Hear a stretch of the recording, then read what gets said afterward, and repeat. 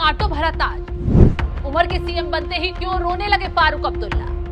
फारूक के बयान से नेशनल कॉन्फ्रेंस पे कोहरा।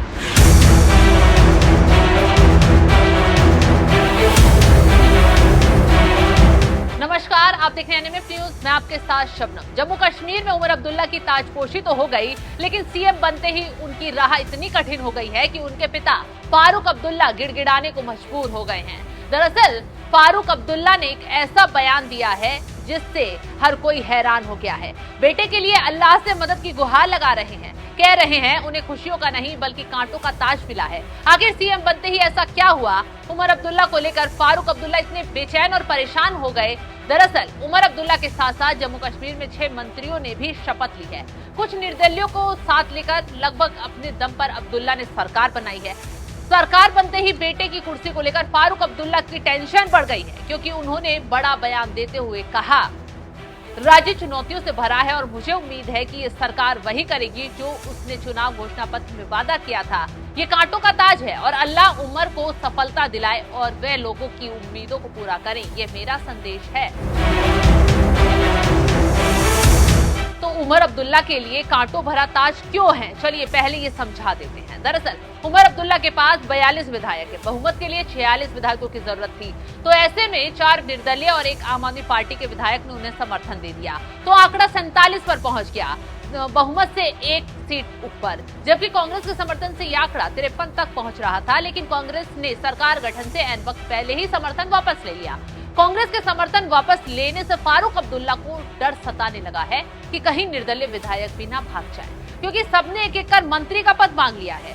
सभी को मंत्री पद देना अब्दुल्ला के लिए आसान नहीं होगा, क्योंकि राज्य में मुख्यमंत्रियों को मिलाकर सिर्फ 10 मंत्री ही बन सकते हैं। इसलिए अब फारूक अब्दुल्ला को डर है कि ये निर्दलीय भी कांग्रेस की तरह भाग ना जाए, क्योंकि अगर ऐसा हुआ तो सरकार गिर जाएगी। और तो दूसरी तरफ 370 का ऐसा मामला है जिसने खुद अब्दुल्ला के परिवार में राड़ छेड़ दी है, क्योंकि सत्ता पाने के लिए अब्दुल्ला परिवार ने जनता से चीख कर वादा किया था कि वो सत्ता में आएंगे तो 370 हटाएंगे, लेकिन कुर्सी पाते ही उमर अब्दुल्ला ने सुर बदल लिए। 370 पर उन्होंने घुटने टेक दिए, और ऐसे में जिन लोगों से अब्दुल्ला ने वादा किया था, अब उन लोगों का वादा तोड़कर कैसे उनका सामना कर पाएंगे, कैसे उनसे आंख से आंख मिला पाएंगे। दूसरी तरफ विशेष राज्य का दर्जा दिलाने का वादा है, जो अब्दुल्ला के लिए नाक की नकेल बन सकता है, क्योंकि उसके लिए मोदी सरकार के आगे अब्दुल्ला को मांग रखनी होगी।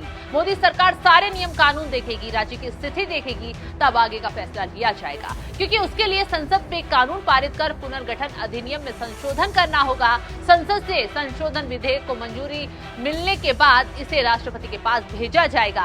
राष्ट्रपति की मंजूरी के बाद अधिसूचना जारी होने पर उसमें मेंशन तारीख से जम्मू कश्मीर को पूर्ण राज्य का दर्जा मिल जाएगा। लेकिन संसद में विपक्ष के पास इतने सांसद नहीं हैं कि वो इस बिल को आसानी से पास करा पाए, तो ऐसे में मामला फंसता हुआ दिखाई दे रहा है।